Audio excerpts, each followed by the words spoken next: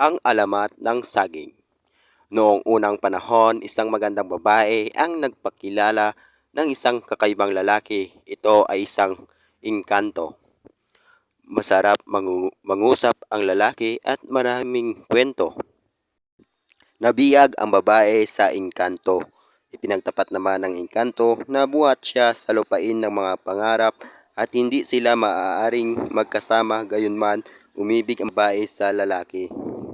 Isang araw, nagpaalam ang binata. Sinabi niyang iyon na ang huling pagkikita nila.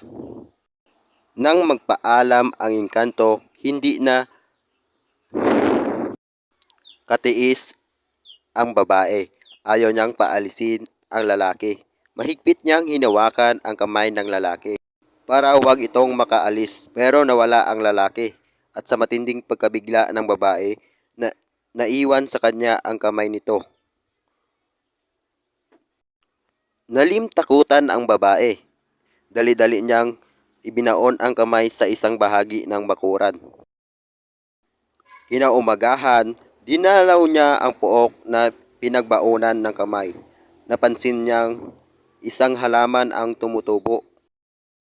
Makaraan ang ilang buwan, tumaas ang puno na may malalapad na dahon. Nagkabunga rin ito na may bulaklak na itsurang daliri ng mga kamay. Ito ang tinatawag na saging ngayon.